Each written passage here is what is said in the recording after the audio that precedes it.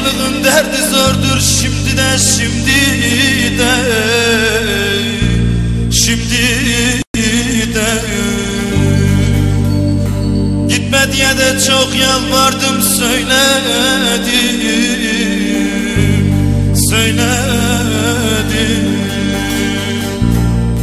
Sanki dünyam başa dardır şimdi de, şimdi de, şimdi de, şimdi